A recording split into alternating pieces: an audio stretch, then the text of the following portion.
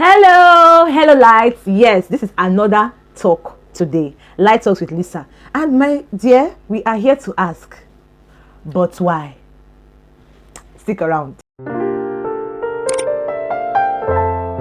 You're welcome back to my channel. My name is Lisa Nwabia. This is Light Talks with Lisa. Yes. Today I'm not the only one talking, okay? We are talking real story, real life story today. And when I saw it online, I was like, let's come and talk about it. And to talk about it today with me is Jennifer, who is also an affiliate marketer and a child educator. So can you just say hi? Just say hi. Hi guys. Hi. Okay, so let's just leave the pleasantries, okay? This is a serious matter. Honestly. Very serious matter, okay? Serious. And before we are going to go into it, we'll just talk a little bit and then we'll show you guys the video, okay? So that you guys can know what really happened. And we have been asking, if you notice in the intro, we said, but why? Now, I want to ask you something. If you have been helping somebody, right? Yeah. You have been helping somebody and the person turns against you, takes your wife, takes whatever that belongs to you, and then still does not show gratitude. How do you feel? Oh my God. Like, how do you feel, okay? So, with me here is Jennifer, like I said before. So, how do you feel? Like, what do you feel about that? Okay, so, basically, you're helping this person, you help to cater for this person. Yes. You provide the person's basic necessities, like basic needs. This person is under your roof. Okay, and then the person gets to do something like this to you. Okay, I know some of you will be wondering, what did the person do? So it's just very awful, honestly speaking. And now, really, what baffles me the most is that this guy was doing this under his roof. Under his roof. Nice. So we have been talking so much. I guess you guys should just see this video, okay? Yeah. Here's the video. But why? Daddy. The Bible, who's your daddy? Who's your daddy? The Bible says for the wages of sin is. Do not say that, Brother Sam. Brother Sam, do not say this. I trusted this young man. I made him assistant pastor. And you do this to me. That is the work of the devil. You do this to me. Don't only me. Don't only me. That is the work of the devil. You are a disgrace to the womanhood. Daddy, please. Daddy. You are a disgrace. Don't. Daddy. I'm not your daddy. I am not your daddy. I am not your daddy. If you know I was your daddy, you don't do this to me. Because the work of the devil is not the pastor. Please, brother, talk to him. Talk to him. This is definition. Brother Sam, you know how much I love my wife. She's the mom in the congregation. Yet she goes to stay with my assistant pastor. Somebody I feel, somebody I call, even the. Okay, so you guys have already seen the video and there's nothing for us to talk more about it except this. You know, I wrote down some things, okay, that I want to ask you. Okay. You know, I wonder, why calling him daddy? Like, honestly, why did daddy? As we didn't want to laugh, we didn't want to laugh. But like, daddy, I'm sorry. Oh, daddy, please, people should help us and beg daddy, help. Why? Okay, and honestly, like, oh God, he's calling daddy for what? Thank you, daddy for what? One thing people should even know is that at that point, see, people, their head is already hot. Oh, exactly. You don't need to start calling daddy. But do you know the daddy was even speaking in tongues? I don't know. You guys need to go back and rewind.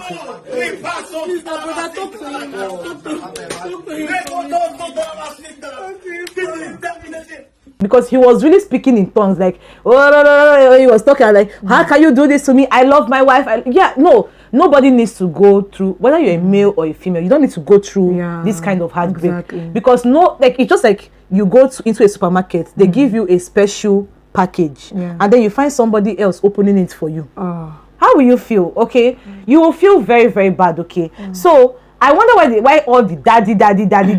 Like, guys, you guys know that I will never ever support cheating. Okay, I have never supported it. I'm not saying that I'm a saint, or I'm not saying that I'm the most righteous person, but I believe that's what they call self-control. Exactly. Judging from the fact that you are in a Christian, like you're in a religious background.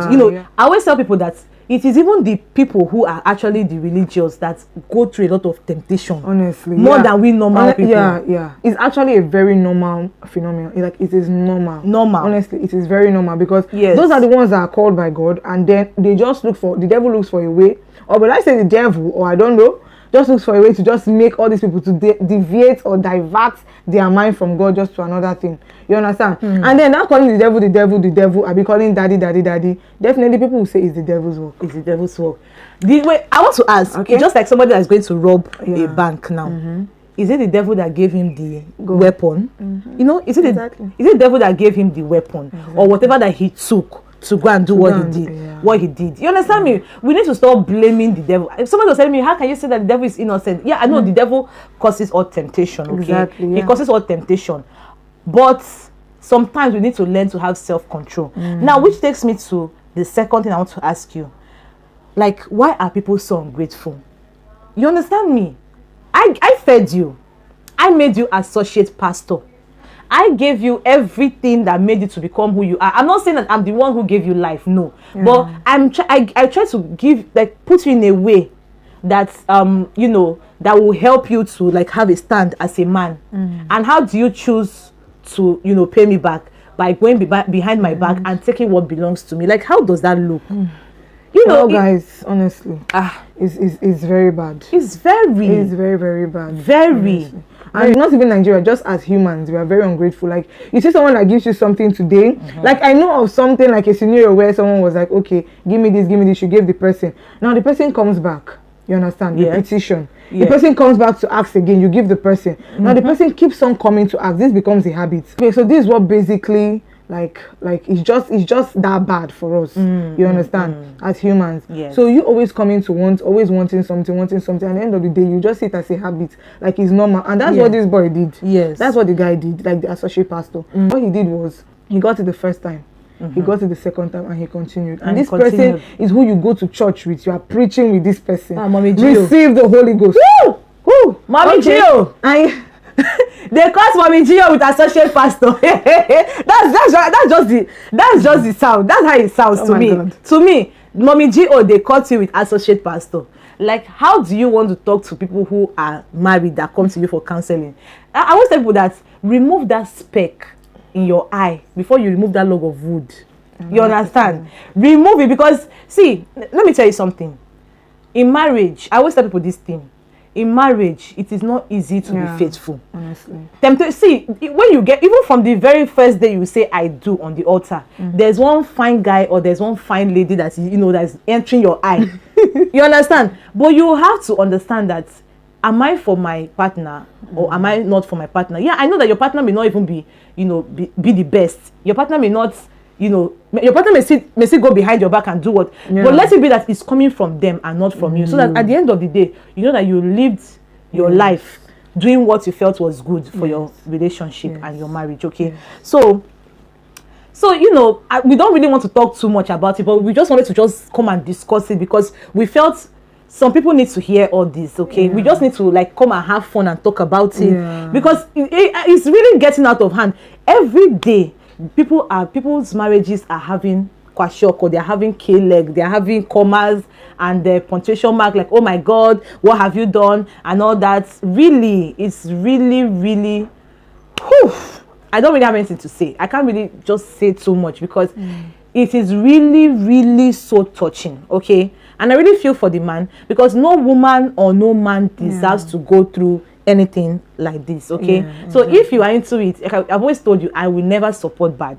I don't support anything that does not make my fellow human being to be happy, okay? So yes, I don't think, do you have any other thing to add?